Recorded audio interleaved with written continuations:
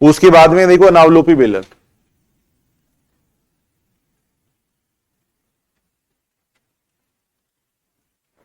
अनावलोपी बेलन की क्वेश्चन है वो थोड़े बड़े हैं, देखो एक क्वेश्चन अपन करके देखते हैं। देखो हालांकि सेकंड ग्रेड 2022 में पूछा गया उसका क्वेश्चन भी। अनावलोपी बेलन का समीकरण अपन देख रहे हैं।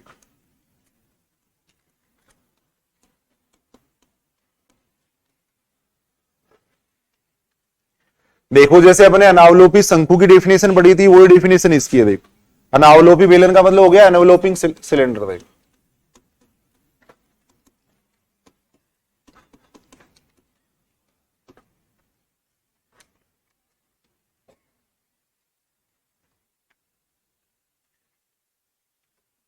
देखो सुनेंगे, इधर सुनेंगे। देखो वहां अपने डेफिनेशन ही पढ़ी थी शुरू में, जो बेलन की डेफिनेशन पढ़ी थी उसमें अपन ये पढ़ी थी। देखो जैसे एक रेखा दे रखी है, देखो इसके समांतर अपन एक रेखा लेंगे जो निदेशी वक्र को क्या करेगी, प्रतिच्छेद या स्पर्श करेगी। देखो निदेशी वक्र को प्रतिच्छेद या स्पर्श करेगी। देखो अनावलोपी बेलन का मतलब ये होता है कि ये जो जनक रेखा है वो केवल इसको स्पर्श करेगी। देखो प्रतिच्छेद नहीं करेगी, केवल स्पर्श करेगी, तब जो समीकरण बनता है, तब जो बेलन होता है उसको अपन कहते हैं अनावलोपी बेलन कहते हैं। देखो यानी स्थिर रेखा के समांतर, ये स्थिर रेखा अपने को दी हुई है जिसको तो अपन कहते हैं एक्स कहते हैं। देखो स्थिर रेखा के समांतर और दिए गए वक्र को स्पर्श करने वाली रेखा द्वारा जो पथ जनरेट होगा उसको कहते हैं अनावलोपी बेलन कहते हैं। देखो ये अपने को एक स्थिर रेखा दे रखी है। देखो इस स्थिर रेखा को तो अपन कहते हैं एक्स कहते हैं। देखो इसके समांतर रेखा लेनी है। देखो स्थिर रेखा के समांतर अपने को एक रेखा लेनी है जिसको अपन कहेंगे जनक रेखा कहेंगे। देखो ये जनक रेखा हो जाएगी, इसको अपन कहेंगे जो स्थिर रेखा है इसको अपन कह रहे हैं एक्स कह रहे हैं। देखो दिए गए वक्र इसको अपन कहेंगे निदेशक वक्र कहेंगे। देखो अब इसके द्वारा जो शेप जनरेट होगी वो क्या कहलाता है, अनवलोपिंग बेलन कहलाता है। देखो अनावलोपी बेलन कहेंगे उसको। देखो सुनेंगे, इधर सुनेंगे। देखो दोबारा एक बार, यानी स्थिर रेखा के समांतर ये रेखा दे रखी है, इसके समांतर अपने को एक रेखा लेनी है जो इस वक्र को केवल स्पर्श कर रही है। देखो इस वक्र को केवल स्पर्श कर रही है, तो स्पर्श का प्रतिबंध अपन लगाएंगे इसके अंदर। देखो तब जो समीकरण बनता है उसको अपन कहेंगे अनावलोपी बेलन। तो एक परिभाषा लिख लेना। देखो इसके अंदर स्थिर रेखा के समांतर, स्थिर रेखा के समांतर, स्थिर रेखा के समांतर वह दिए गए वक्र को स्पर्श करने वाली रेखा, दिए गए वक्र को स्पर्श करने वाली रेखा, दिए गए वक्र को स्पर्श करने वाली रेखा द्वारा जनित पृष्ठ, रेखा द्वारा जनित पृष्ठ अनावलोपी बेलन कहलाता है।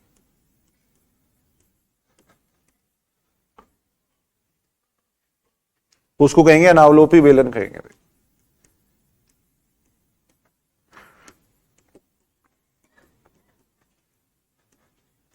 तो तरीका क्वेश्चन करने का सेम ही रहेगा। देखो जो शुरू में अपने बेलन का समीकरण ज्ञात किया था सेम वही तरीका यह है। देखो सबसे पहले अपन क्या करेंगे, देखो इस बेलन पे एक बिंदु मान लेंगे अल्फा बीटा गामा। देखो इस पे अपन एक बिंदु मानेंगे अल्फा बीटा गामा मानेंगे। देखो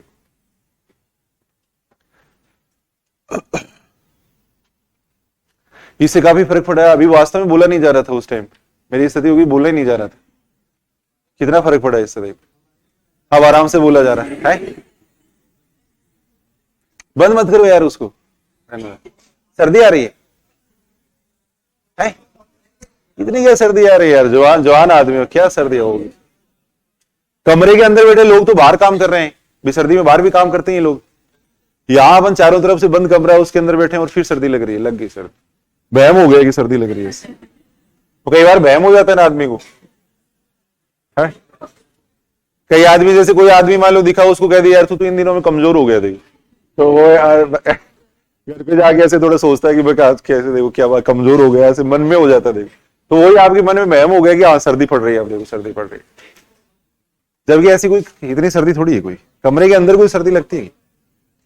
यहां अपन देख रहे हैं, देखो पढ़ेंगे अभी अपन, कोई सर्दी नहीं लगेगी। देखो अनावलोपी बेलन की अपन बात कर रहे हैं। देखो स्थिर रेखा के समांतर अपन एक रेखा ले रहे हैं। देखो स्थिर रेखा के समांतर रेखा, थोड़ी सी डेफिनेशन देखो। स्थिर रेखा की समांतर रेखा, स्थिर रेखा के समांतर रेखा व दिए गए वक्र को स्पर्श करने वाली रेखा द्वारा देखो जनित जो पृष्ठ होता है उसको अपन कहेंगे अनावलोपी बेलन कहेंगे। देखो तो यहाँ पे अनावलोपी बेलन का समीकरण निकालने का सेम ही तरीका सुनेंगे, इधर सुनेंगे। देखो भाई ये जो रेखा है ये अपने को दी हुई आएगी, तो इससे अपने को क्या होंगे, इस रेखा के दिक्नुपात आ जाएंगे। देखो इस रेखा के जो दिक्नुपात होंगे वही क्या होंगे, इस रेखा के दिक्नुपात होंगे। देखो तो सबसे पहले अपन बेलन पे बिंदु मान लेंगे अल्फा बीटा गामा, और इस रेखा के दिक्नुपात अपने को पता ही होंगे। देखो तो इस रेखा का समीकरण लिखेंगे। देखो जनक रेखा का समीकरण लिख लेंगे, फिर उसके ऊपर अपन एक बिंदु मानेंगे, वो बिंदु क्या करेगा, इसको संतुष्ट करेगा। देखो वो जो बिंदु होगा वो इस निर्देशक वक्र पे भी स्थित होगा तो इसको संतुष्ट करेगा। देखो फिर वो क्या बनेगा, के में एक दो घात का समीकरण बनेगा। देखो फिर अपन यहां पे अगर स्पर्श कर रहा है तो स्पर्श का मतलब क्या है, भाई लास्ट में देखो के में दो घात का समीकरण बनेगा। भाई जैसे अपन कोई भी कर्व ले रहे हैं, मान लो एक तो इसको रेखा प्रतिच्छेद कर रही है, तो रेखा प्रतिच्छेद कर रही है तब तो यहां से दो बिंदु आएंगे। देखो अगर यही रेखा इसको स्पर्श कर रही है तब यहां से एक बिंदु आएगा। देखो तो उसमें अपन क्या करेंगे, के दोनों मान समान ले लेंगे, और के दोनों मान समान होने का प्रतिबंध होता है बी स्क्वायर बराबर 4ac होता है। तो वो प्रतिबंध लगा के फिर इसको सोल्व करेंगे तो वो क्या आएगा, अनावलोपी बेलन का समीकरण आएगा। देखो वो आ जाएगा, अनावलोपी बेलन का समीकरण आएगा। देखो जैसे इक्वेशन अपन देख रहे हैं, देखो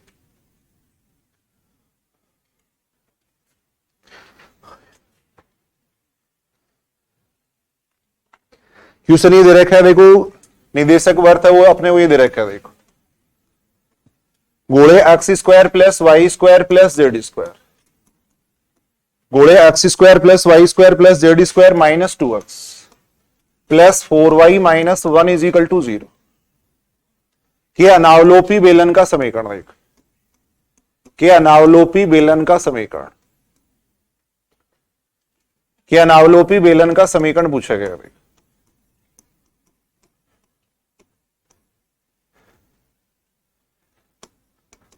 जिसके जनक ये दे रखे हैं, देखो जिसके जनक है वो इसकी समांतर है। देखो जिसके जनक है वो इस रेखा के समांतर है। देखो रेखा अपने को दे रखी है, देखो x बराबर y बराबर z दे रखा है, देखो इसकी समांतर है, जनक है वो इस रेखा के समांतर है। देखो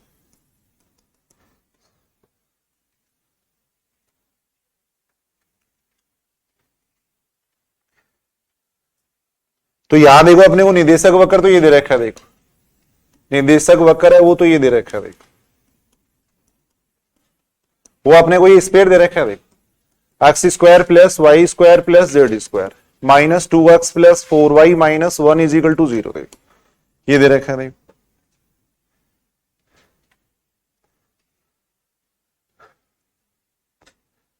तो देखो क्वेश्चन करने का सेम तरीका है वो, ये देखो यहां अपने को इस बेलन का समीकरण निकालना है। देखो ये अपने को एक स्पेयर दे रखा है, इस तरीके से एक स्पेयर दे रखा है, ये मान लो ये स्पेयर है। देखो इस तरीके से दे रखा है। देखो अब इस स्पेयर को ये स्पर्श कर रही है रेखाएं। देखो ये रेखाएं स्पर्श कर रही है, तब इससे जो बेलन बनेगा उसको अपन कहेंगे अनावलोपी बेलन कहेंगे। देखो यहां अपने मान लिया, देखो इसके ऊपर एक बिंदु मान लिया, अल्फा बीटा गामा मान लिया। देखो यहां अपने बिंदु माना अल्फा बीटा गामा माना। देखो अब ये जो जनक रेखा है, देखो जो जनक रेखा है वो किसके समांतर है, देखो इस रेखा के समांतर है, और इस रेखा के दिशानुपात देखें तो कितने होंगे, इसको अपन लिख सकते हैं, देखो x upon 1 y upon 1 z upon 1 लिखते हैं, तो इस रेखा के दिशानुपात हो जाएंगे 1 1 1 हो जाएंगे। देखो तो बिंदु अल्फा बीटा गामा से गुजरने वाली और इतने दिशानुपात वाली जनक रेखा का समीकरण में लिख रहा हूं। देखो बिंदु अल्फा बीटा गामा से गुजरने वाले, देखो बिंदु अल्फा बीटा गामा से गुजरने वाली जनक रेखा, देखो से गुजरने वाली तथा ऐसे लिख देते हैं, देखो तथा x upon 1 y upon 1 z upon 1 के समांतर जनक रेखा। देखो के समांतर जनक रेखा,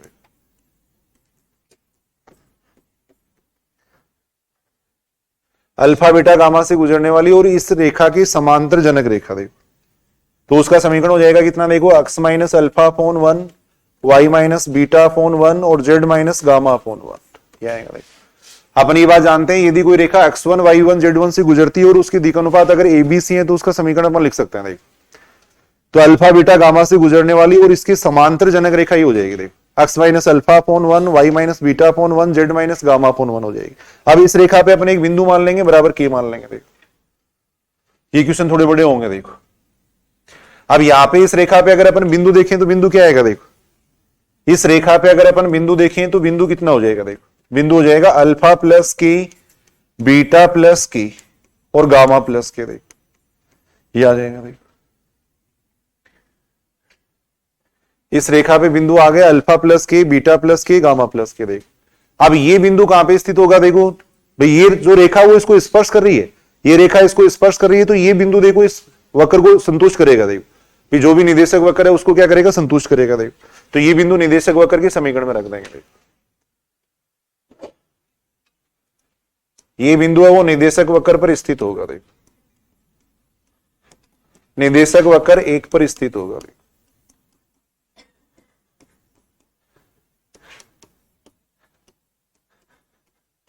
तो निदेशक वक्र में इसका मान रख दो। देखो अक्स की जगह अपन ये मान रख देंगे। देखो अक्स की जगह मान रखेंगे अल्फा प्लस के का स्क्वायर, वाई की जगह मान रख देंगे देखो बीटा प्लस के का स्क्वायर, जेड का मान रख देंगे गामा प्लस के का स्क्वायर। देखो एक्स वाई जेड की जगह मान रख रहे हैं। देखो माइनस आ जाएगा। देखो 2 अक्स की जगह रख देंगे अपन, अक्स का मान रख रहे हैं देखो अल्फा प्लस के, वाई की जगह रख देंगे बीटा प्लस के। देखो -1 इज इक्वल टू 0 आ जाएगा। देखो अब इसको सॉल्व करो और के में द्विघात समीकरण बनाओ। देखो इसको सॉल्व करके के में द्विघात समीकरण बनाएंगे। के का विलोप करना पड़ेगा अपने को। देखो लास्ट में जो उत्तर आएगा उसमें के नहीं आना चाहिए। देखो अब के का विलोप वहां तो अपने उस तरीके से किया था, अब यहां भी अपने को विलोप करना। देखो भी के का विलोप अपने को करना पड़ेगा। देखो तो इसको थोड़ा अगर सॉल्व करें तो कितना आ जाएगा। देखो इस स्टेप को मैं सोल्व कर रहा हूं। देखो इसको अपन सोल्व कर रहे हैं। देखो तो यहां से बनेगा कितना। देखो अल्फा स्क्वायर प्लस के स्क्वायर प्लस आ जाएगा 2 अल्फा के आ जाएगा। देखो ऐसे अगर अपन देखें तो बीटा स्क्वायर प्लस के स्क्वायर प्लस 2 बीटा के आएगा। देखो प्लस आ जाएगा गामा स्क्वायर प्लस के स्क्वायर प्लस आ जाएगा 2 गामा के आ जाएगा। देखो माइनस आएगा 2 अल्फा माइनस 2 की, यहां से आ जाएगा 4 बीटा प्लस 4 की, -1 इज इक्वल टू 0 आ जाएगा। देखो ये आ जाएगा। देखो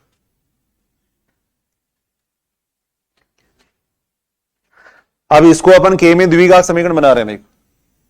के स्क्वायर वाली स्टेप है वो एक जगह लिख लो। के स्क्वायर वाली कितनी स्टेप है 3 के स्क्वायर है। के स्क्वायर वाली स्टेप मैंने एक जगह लिख ली, के वाली स्टेप एक जगह लिख लो। देखो के वाली स्टेप अगर अपन देखें तो के के साथ में क्या क्या आ रहा है यहाँ पे। एक तो 2 अल्फा आ रहा है देखो के साथ में, 2 बीटा आ रहा है देखो, और फिर कितना आ रहा है 2 गामा आ रहा है। देखो 2 गामा आ रहा है और कितना आ रहा है यहां अगर अपन देखें तो प्लस का 2 आएगा ना। देखो प्लस का 2 आ जाएगा। देखो प्लस का 2 आएगा। देखो प्लस अचर पद लिख लो। अचर पद क्या आ रहा है देखो यहाँ पे बिना के वाली जो स्टेप है वो कितनी आ रही है। देखो अल्फा स्क्वायर आ गया, फिर कितना आ रहा है बीटा स्क्वायर आ रहा है। देखो alpha square plus beta square plus gamma square ये आएगा। देखो है alpha square plus beta square plus gamma square. बिना के वाली जो स्टेप है वो मैं लिख रहा हूं। देखो बिना के वाली स्टेप देखें तो -2 अल्फा आ रहा है। देखो फिर कितना आ रहा है प्लस का 4 बीटा आ रहा है। देखो और माइनस का 1 आ रहा है।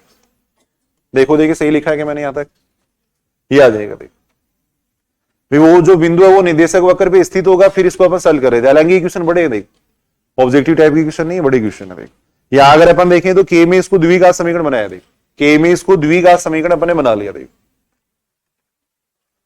अब वो रेखा देखो इसको स्पर्श कर रही है। वे सुनेंगे, इधर सुनेंगे। देखो इस के का मतलब क्या होता है, एक मिनट सुनेंगे। देखो इस के का मतलब क्या। देखो अब के में द्विघात समीकरण आ रहा है, इस बात का मतलब ये होता है कि कोई भी रेखा है वो वक्र को 2 बिंदुओं पे काट सकती है। देखो जैसे ये गोला है तो इस गोले को ये रेखा 2 बिंदुओं पे काट सकती है अगर के 2 डिफरेंट मान आते हैं। तो देखो जैसे मान लो ये अपने को गोला दे रखा है और ये रेखा है। देखो तो ये इसको 2 बिंदुओं पे काटेगी। देखो क्योंकि के में द्विघात समीकरण आ रहा है। देखो लेकिन स्पर्श रेखा की स्थिति में के दोनों मान क्या होंगे, समान होंगे। देखो स्पर्श रेखा का मतलब ये तो हो गया, तो के दोनों मान समान होने चाहिए। देखो फिर वैसे अगर अपन देखें तो ये के में द्विघात समीकरण आ रहा है, इस बात का मतलब ये हुआ कि जो जनक रेखा है वो इस गोले को 2 बिंदुओं पे काटेगी। लेकिन यहां अपन बात कर रहे हैं स्पर्श की, तो स्पर्श का मतलब के दोनों मान समान आएंगे। देखो और के दोनों मान अगर समान होंगे तो अपन जानते हैं द्विघात समीकरण के दोनों मूल समान कब होते हैं। द्विघात समीकरण जैसे ax square plus bx plus c बराबर 0 है। देखो इसके दोनों मूल समान होने की कंडीशन होती है, क्या कंडीशन होती है, b स्क्वायर बराबर 4ac होती है। देखो तो जब भी स्पर्श रेखा का समीकरण अपन याद करते हैं तो लास्ट में अपन ये कंडीशन लगाते हैं। देखो 2D के अंदर भी अपने पूरा पढ़ा था। देखो आप जब भी स्पर्श रेखा का समीकरण निकालते हैं तो लास्ट में कंडीशन लगाते हैं b स्क्वायर बराबर 4ac। देखो तो यहाँ स्पर्श करने वाली कंडीशन लगा देंगे। देखो के दोनों मान समान आएंगे। देखो यहां से तो यहां अपन ये लिख रहे हैं। देखो जनक रेखा है वो वक्र को स्पर्श कर रही है। देखो जनक रेखा है वो इस वक्र की स्पर्श रेखा। देखो वक्र की स्पर्श रेखा। देखो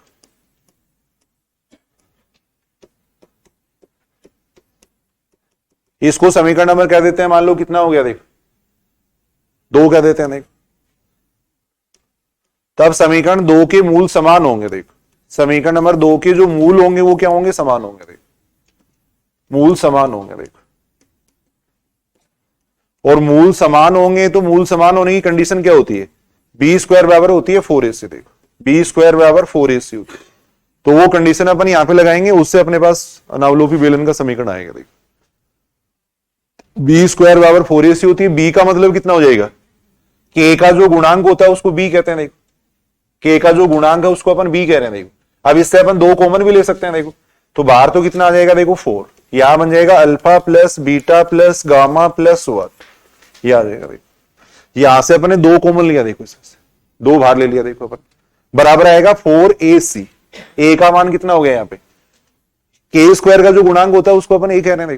देखो जो व्यापक द्विघात समीकरण होता है वो ऐसा होता है। देखो ए के स्क्वायर प्लस बी के plus c is equal to 0 होता है। देखो ये होता है। देखो तो यहां से अगर अपन देखें तो देखो किसका, ए का मान तो कितना हो जाएगा, 3 हो जाएगा। देखो सी का मान ये है। देखो सी का मान आ गया alpha square plus beta square plus gamma square minus 2 alpha plus 4 beta minus 1 आ जाएगा। देखो क्या आएगा, देखो 4 से 4 कैंसिल हो जाएगा। देखो के का विलोप करने के लिए अपने यहां पे ये तरीका काम में लिया। देखो 4 से 4 कैंसिल हो जाएगा। देखो अब अल्फा बीटा गामा का बिंदु पथ लिख दो। देखो अल्फा बीटा गामा का बिंदु पथ लिख देंगे। देखो अल्फा बीटा गामा का बिंदु पथ लिख देंगे। देखो तो अल्फा बीटा गामा का बिंदु पथ कितना आ जाएगा, देखो अल्फा बीटा गामा की जगह कर दो एक्स वाई जेड कर दो। देखो तो x plus y plus z plus 1 का स्क्वायर आ जाएगा। देखो ये आ जाएगा। देखो यहां अगर अपन देखें तो ये कितना बन रहा है 3, यहां पे आ जाएगा x square plus y square plus z square plus आ जाएगा ये सॉरी माइनस 2x आ जाएगा। देखो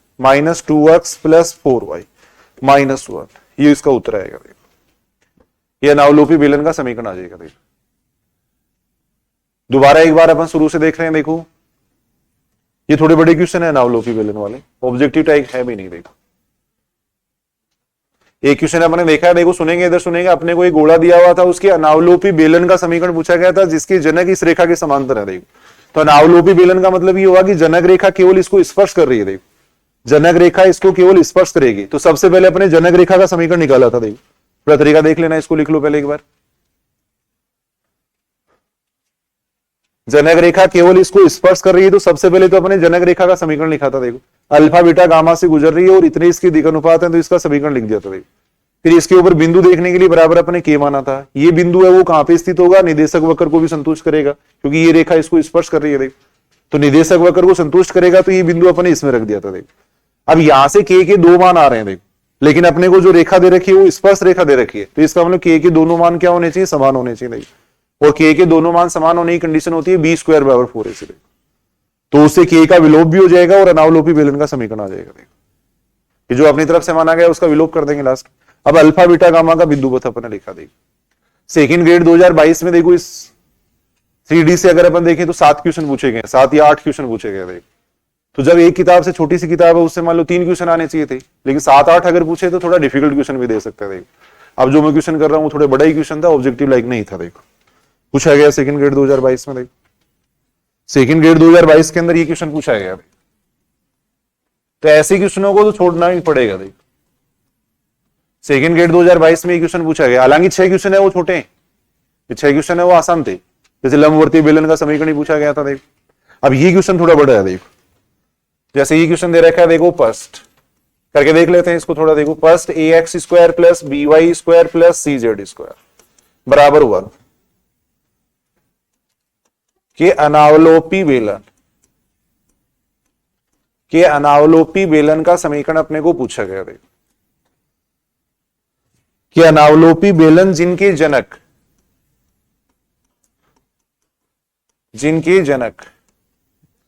जेड एक्स के लंबवत है। देखो जिनकी जनक है वो क्या दे रखे थे, जेड एक्स की लंबवत दे रखे थे। जिनकी जनक है वो जेड एक्स की लंबवत है।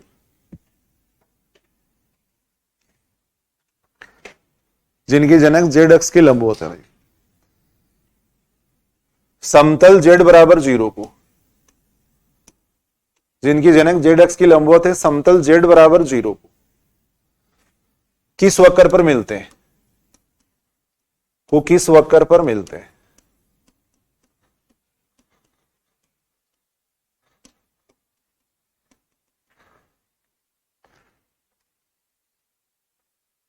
अनावलोपी बेलन का समीकरण यहां निकालना था, लेकिन बड़ा क्वेश्चन था। देखो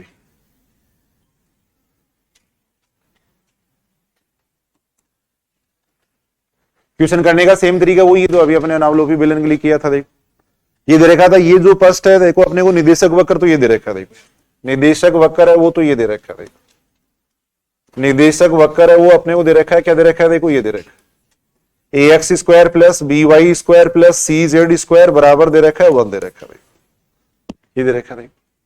जनक रेखा क्या दे रखी है देखो अपने को जेड अक्ष की लंबवत दे रखी है, देखो तो जेड अक्ष की लंबवत रेखा के दिशानुपात अपन क्या मानेंगे, देखो सुनेंगे तो सुनेंगे जेड अक्ष के दिशानुपात क्या होते हैं, जेड अक्ष के दिशानुपात होते हैं कितने 0 0 1 होते हैं। देखो अब इसके जो लंबवत रेखा होगी उसके दिशानुपात अगर अपन मान लो लंबवता का प्रतिबंध संतुष्ट करना चाहिए, तो लंबवता का प्रतिबंध क्या होता है a1 a2 plus b1 b2 plus c1 c2 बराबर 0 होता है। देखो और वहां 3D के अंदर सीखते भी अपन इसकी दिशानुपात निकालना, देखो तो इसके जो दिशानुपात मानेंगे वो मानेंगे अपन L M N और 0 L M 0, लंबवत रेखा के जो दिशानुपात होंगे वो होंगे L M 0, देखो तब दोनों को संतुष्ट करेगी, देखो ये प्रतिबंध संतुष्ट होगा a1 a2 plus b1 b2 plus c1 c2 बराबर कितना होना चाहिए 0 होना चाहिए। देखो तो जेड अक्ष की जो लंबवत रेखा होगी उसके दिशानुपात होंगे L M 0 होंगे, देखो जेड अक्ष की लंबवत रेखा के दिशानुपात हो जाएंगे L M 0 हो जाएगी। जेड अक्ष की लंबवत एक्स एक्सिस भी है वाई एक्सिस भी है, तो उसको अगर अपन देखें तो उसके अकॉर्डिंग अगर अपन लिखें तो इसके जो लंबवत रेखा के दिशानुपात आएंगे वो L M 0 आएंगे, देखो क्योंकि लंबवता का प्रतिबंध संतुष्ट हो रहा है, देखो लंबवता का ये जो प्रतिबंध है वो संतुष्ट हो रहा है। देखो तो जनक रेखा के दिशानुपात कितने आ जाएंगे, देखो जेड अक्ष की लंबवत जनक रेखा के दिशानुपात, जेड अक्ष की लंबवत जनक रेखा के दिशानुपात, जनक रेखा के दिशानुपात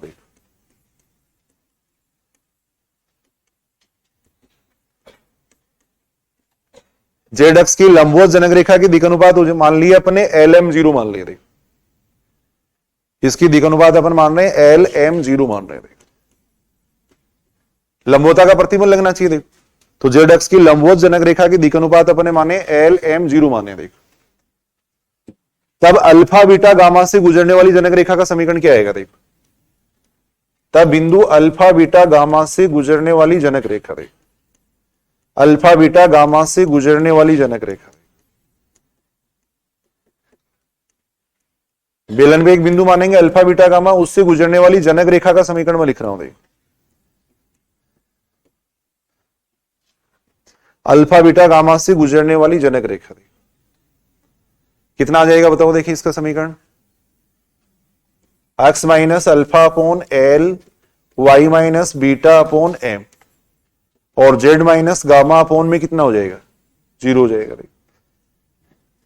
अल्फा बीटा गामा से गुजरने वाली जनक रेखा का समीकरण मैंने लिखा है, देखो अब इस रेखा पे अपन एक बिंदु मानेंगे बराबर k मान लेंगे, देखो बराबर k मानेंगे, देखो इस रेखा पे अपन एक बिंदु मानेंगे बराबर k मान लिया, देखो तो रेखा पर बिंदु क्या आएगा, अगर बिंदु देखें तो बिंदु कितना आ जाएगा, देखो इस रेखा पे, अब ये बड़ा क्वेश्चन था भाई, इस पे अगर बिंदु माने तो बिंदु कितना हो जाएगा, देखो अल्फा प्लस एल के हो जाएगा, देखो बीटा प्लस एम के हो जाएगा, देखो और कितना आ जाएगा गामा आ जाएगा। देखो अब ये बिंदु कहां पे स्थित होगा, देखो निर्देशक वक्र को संतुष्ट करेगा। देखो भाई जो रेखा आपने वो दे रखी है जनक रेखा है वो क्या कर रही है, निर्देशक वक्र को स्पर्श कर रही है। देखो जनक रेखा निर्देशक वक्र को स्पर्श कर रही है तो ये बिंदु निर्देशक वक्र पे स्थित होगा। देखो निर्देशक वक्र को प्रतिच्छेद करेगा या निर्देशक वक्र पे स्थित होगा। देखो तो ये बिंदु निर्देशक वक्र को संतुष्ट करेगा। देखो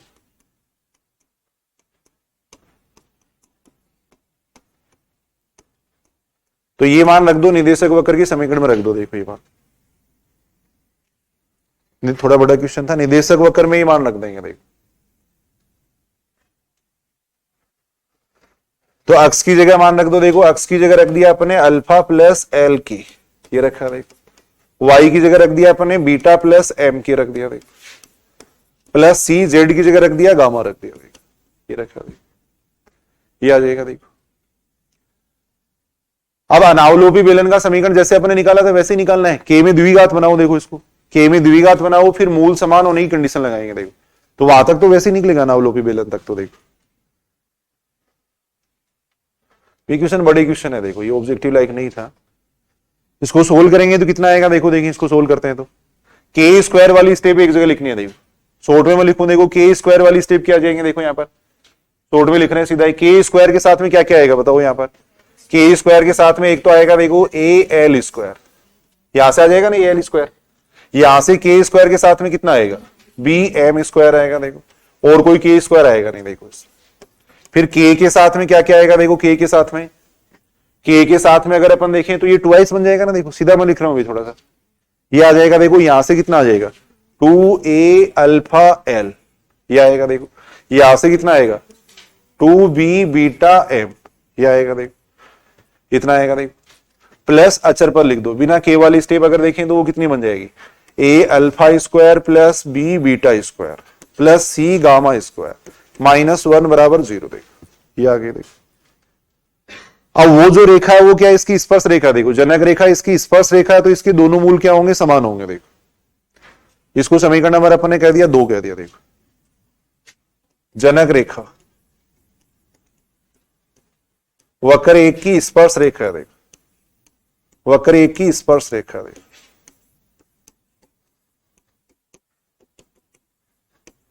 अतः समीकरण 2 के मूल समान होंगे, देखो मूल समान होंगे, देखो तो मूल समान होने की कंडीशन लगा दो, देखो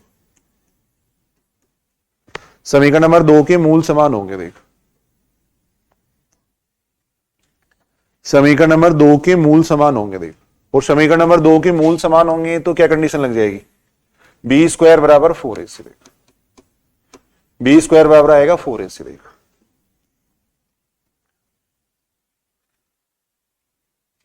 बी स्क्वायर बराबर आएगा 4ac आएगा, देखो बी का मान रख दो, देखो बी का मतलब क्या हो गया, जो के का गुणांक होता है उसको बी कहते हैं, देखो के का जो गुणांक है उसको बी कहेंगे, 2 इसमें से कॉमन ले सकते हैं, देखो तो 4 बाहर आ जाएगा, देखो अब यहां से आ गया A alpha L plus B beta M का स्क्वायर आ जाएगा, देखो फिर 4a का मान कितना है, A L square plus B M square, C का मान कितना है, देखो सी का मान रख दो इसके अंदर, देखो सी का जो मान है वो अपन इसमें रख देंगे, देखो सी का मान क्या है, देखो a alpha square plus B beta square plus c gamma square -1 है, देखो इस 4 से ये 4 कैंसिल हो जाएगा, देखो 4 से 4 कैंसिल हो गया, देखो सबसे पहले अपन निकाल रहे हैं, देखो अनावलोपी बेलन का समीकरण निकाल रहे हैं, देखो अनावलोपी बेलन का समीकरण निकालने के लिए क्या करेंगे, अब अल्फा बीटा गामा का बिंदु पथ लिखेंगे, देखो अल्फा बीटा गामा का बिंदु पथ, के का विलोप हो गया, देखो इस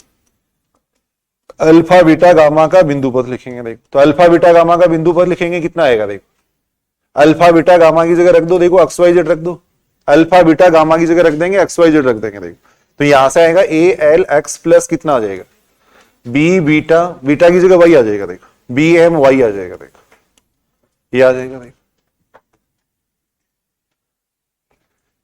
ये बड़ा क्वेश्चन था, देखो अल्फा बीटा गामा का बिंदु पथ निकालेंगे तो कितना आएगा, देखो अल्फा बीटा गामा की जगह आ जाएगा एक्स वाई जेड आ जाएगा, देखो यहां अगर अपन देखें तो ये कितना बन रहा है, देखो a L square plus B M square, यहां देखो अल्फा बीटा गामा की जगह रख दो एक्स वाई जेड रख दो, देखो तो ए एक्स स्क्वायर प्लस आ जाएगा B y square plus c z square -1 आ जाएगा, देखो ये आ जाएगा, देखो तो ये तो अगर अनावलोपी बेलन का समीकरण पूछते तो ये होता, देखो अब ये कह रखा कि अनावलोपी बेलन है उसको कौन काट रहा है, देखो जेड बराबर 0 काट रहा है, देखो समतल z बराबर 0 उसको काट रहा है, देखो तब उसका अपने को पूछा गया था कि कौन से वक्र को काट रहा है, देखो इस जैसे मान लो अपने को ये बेलन का समीकरण आ गया, देखो मान लो इस तरीके से क्वेश्चन क्या दे रखा था, फर्स्ट की अनावलोपी बेलन जिनकी जनक z अक्ष की लंबवत है, समतल z बराबर 0 को मिलते हैं, जो जनक है ना वो क्या मिलते हैं, समतल z बराबर 0 को मिलते हैं, देखो यही तो दे रखा है, तो z बराबर 0 यानी प्लेन से अपन कट करेंगे तो कौन सा कर्व बनेगा, देखो अब समतल z बराबर 0 रख दो इसके अंदर, देखो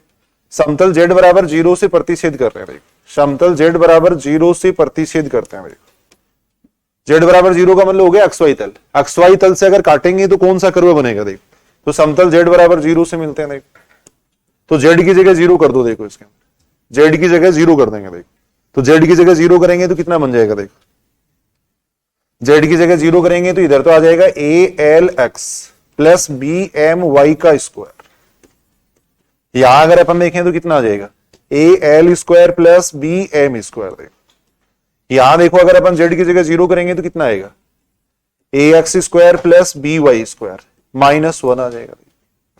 अब ये अपने को देखना पड़ेगा ये किसका समीकरण है, देखो वहां ऑप्शन ऐसे दे रखे थे, परवलय अति परवलय ऐसे ऑप्शन दे रखे थे, देखो तो ये किसका समीकरण लग रहा है आपको, देखो देखिए चेक करना पड़ेगा किसका समीकरण है, देखो थोड़ा सेल करो इसको, देखो इसको थोड़ा अपन सेल करते हैं, देखो तो ये बड़ा क्वेश्चन था, देखो इसको अगर अपन सेल करेंगे तो कितना आएगा देखो, उधर सेल करेंगे तो इसको z बराबर 0 रख दिया मैंने इसके अंदर, भाई z बराबर 0 से मिलते हैं तो z बराबर 0 को संतुष्ट करेंगे देखो।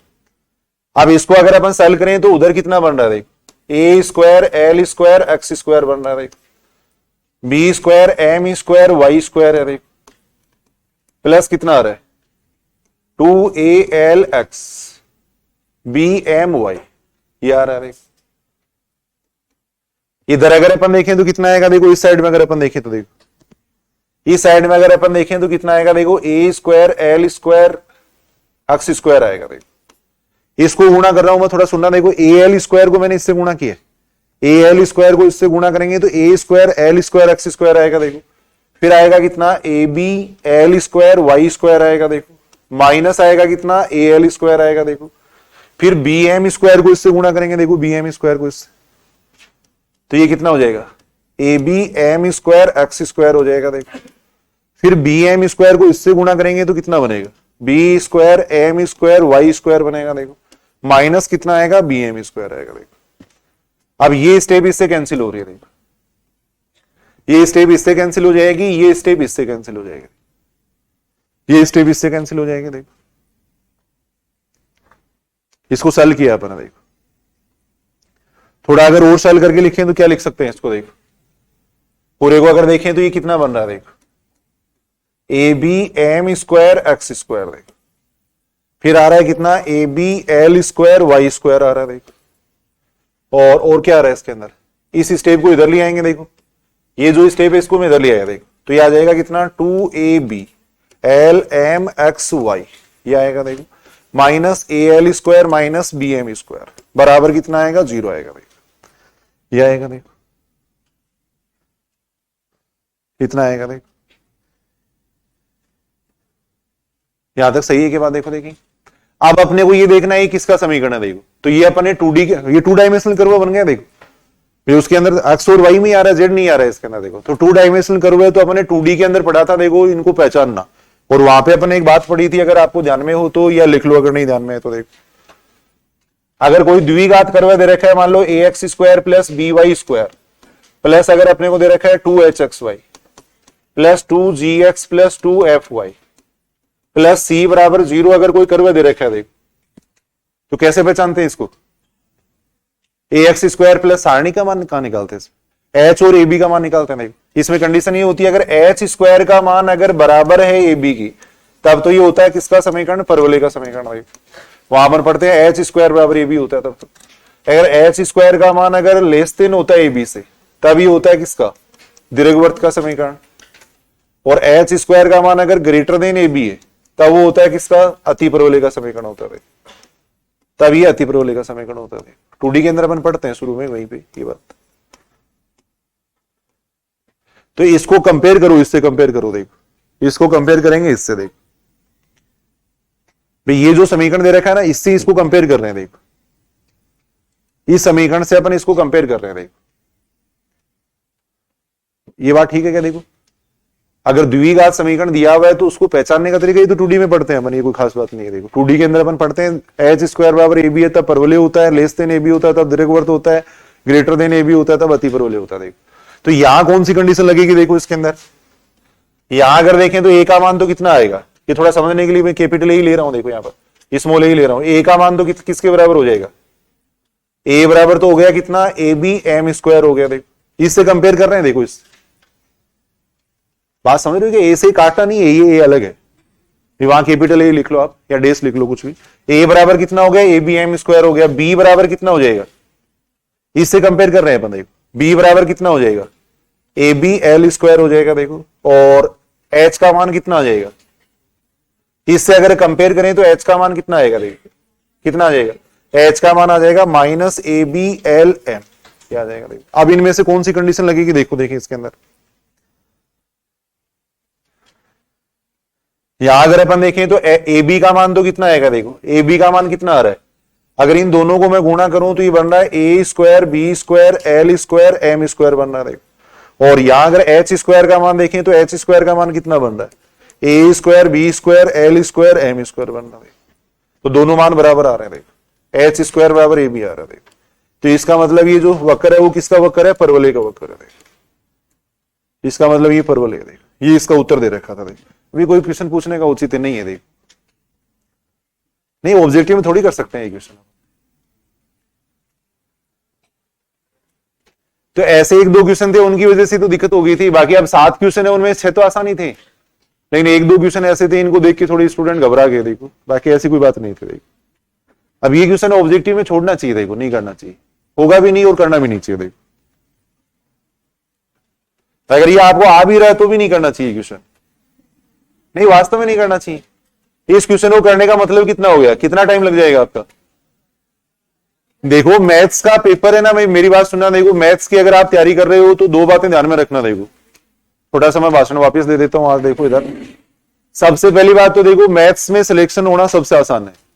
अगर थोड़ा सा अपन प्लानिंग के साथ में और थोड़ा सा अगर टाइम का मैनेजमेंट रख के अगर काम कर लेते हैं तो मैथ्स में सिलेक्शन होना सबसे आसान है।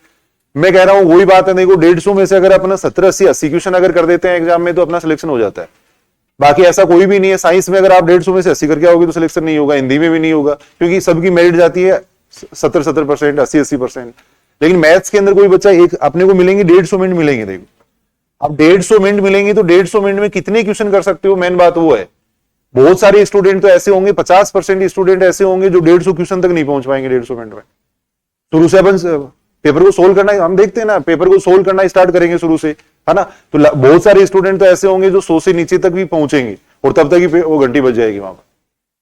बात समझ रहे हो नहीं साथ को, कि लास्ट के क्वेश्चन तो देख ही नहीं पाएंगे, घर आगे देखेंगे कि अरे ये तो बहुत आसान क्वेश्चन आए थे लास्ट में। तो देखो तो सबसे पहली बात तो होती है पेपर को सोल्व करना। पेपर को सोल्व करने में क्या है, शुरू के आपको 1.5 घंटे के अंदर 150 क्वेश्चन तक पहुंचना होता है। शुरू के 1.5 घंटे में 150 क्वेश्चन तक पहुंचो, सबसे मेन बात ये है। क्योंकि कई बार ऐसा होता है कि लास्ट में 10 क्वेश्चन ऐसे थे जो बिल्कुल आसान थे और वो आप करके ही नहीं आए एग्जाम के अंदर, तो उसका खामियाजा काफी नुकसान हो जाता है फिर। तो पहले ही तो बात ये है कि टाइम का जो मैनेजमेंट है, यानी 1.5 घंटे में 150 क्वेश्चन तक पहुंचना आपको। थोड़ा सा भी अगर कोई आ रहा है तो उसको कर दो, नहीं आ रहा है कोई बात नहीं, आगे बढ़ो। कई स्टूडेंट उनमें उलझ के रह जाते हैं, तो मैं कह रहा हूं 50-60 तक नहीं पहुंच पाते हैं। आप तो 150 की बात कर रहे हो, 100 की बात कर रहे हो, 60 क्वेश्चन तक नहीं पहुंचते हैं, लास्ट में 90 तो पड़े ही रहते हैं। तो सबसे बड़ी बात तो ये है कि 150 क्वेश्चन तक पहुंचना। आपको आ रहे हैं तो कर दो, नहीं आ रहे कोई बात नहीं, आगे बढ़ो। हो सकता है लास्ट में 10 क्वेश्चन ऐसे हो जो बिल्कुल ईजी हो, लास्ट में 10 क्वेश्चन ऐसे हो जो बिल्कुल देखते ही करने वाले हो, वो आपके छूट गए। देखो तो सबसे बड़ी बात तो ये कि 150 मिनट में 1.5 घंटे में वहां 150 क्वेश्चन तक पहुंच जाओ। पहले राउंड में कर दो आप जितने से हो रहे हैं, मान लो 30 हो गए, 20 हो गए, 40 हो गए, कोई बात नहीं। फिर फर्स्ट राउंड में जब अपन पेपर कर रहे हैं तो ये थोड़ा अपने को ध्यान रखना चाहिए, भाई हाँ ये क्वेश्चन मेरे को आ रहा है, लेकिन कैलकुलेशन बड़ी है तो मैं टिक करके छोड़ देता हूँ इसको, भाई मैं बाद में करूंगा इसको। एक ऐसा क्वेश्चन दिख रहा है जो बिल्कुल ही नहीं आ रहा है आपको, तो उसको क्रॉस कर दो। ये टाइम मैनेजमेंट वेरी इंपॉर्टेंट है। उसको क्रॉस कर दिया, क्योंकि अब दोबारा उसको अगर राउंड में दोबारा पढ़ने लग गए तो फिर टाइम खराब हो गया आपका। इतना टाइम थोड़ी होगा एक क्वेश्चन को 3 बार पढ़ोगे आप। तो पहले राउंड में जो क्वेश्चन आपको बिल्कुल समझ में ही नहीं आ रहा है उसको क्रॉस कर दो कि ये मेरे को दोबारा देखना ही नहीं है। थोड़ा बहुत मेरे को आ रहा है, भाई हाँ ये मेरे को देखा हुआ है, ये मेरा पढ़ा हुआ है, इसको मैं बाद में करूंगा, तो उसके आपने एक टिक करके छोड़ दिया कि दूसरे राउंड में उनको करूंगा मैं कह रहा हूँ 80 क्वेश्चन कर दें तो सिलेक्शन हो जाता है, 70 क्वेश्चन कर दें, 80 क्वेश्चन कर दें सिलेक्शन हो, 60 ही नहीं कर पाते बच्चे तो, और 60 करने पड़ेंगे। देखो सोचो इस बात को, आपको भी 40% का नियम आ गया तो 60 तो करने ही पड़ेंगे अपने को।